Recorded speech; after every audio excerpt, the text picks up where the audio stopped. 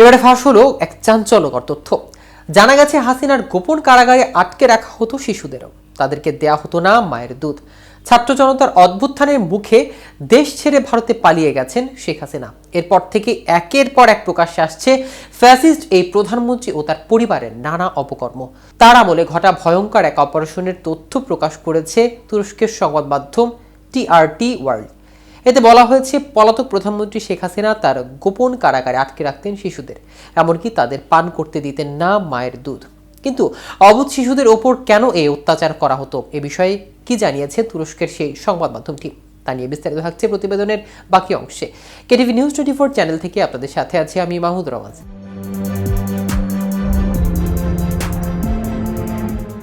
জানা গেছে, মূলত জিজ্ঞাসাবাদের সময় মা বাবার উপর চাপ সৃষ্টির জন্য ব্যবহার করা হতো এসব শিশুদের। সম্প্রতি শেখ হাসিনার আমলে জোরপূর্বক গুমের তদন্তকারী একটি কমিশনের এক তদন্তের সামনে এসেছে ভয়াবহ এই তথ্য।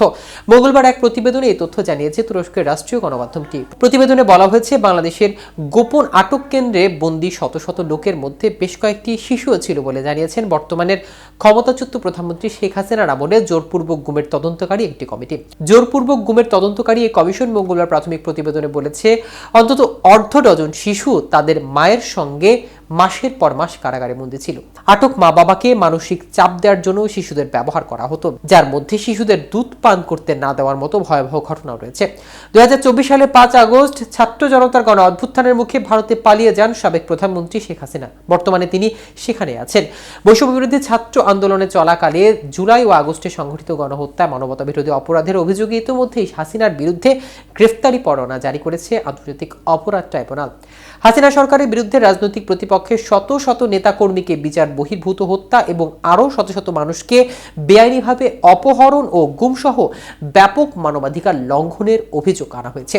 তদন্ত কমিশন বলেছেন, নারীদের তাদের সন্তান সহ নিখোঁজ হয়ে যাওয়ার বেশ কয়েকটি ঘটনা বিশদ বিবরণ তাদের কাছে রয়েছে, যার মধ্যে সর্বশেষ এই ধরনের ঘটনা ঘটে 2023 সালে। এছাড়া কমিশন এই বিষয়ে এক গর্ভবতী নারীর ঘটনা উল্লেখ করেছে। গর্ভবতী ওই নারীকে তার দুটি ছোট বাচ্চা সহ আটকে রাখা হয়েছিল এবং সেই আটক কেন্দ্রে তাকে মারধর করা হয়েছিল।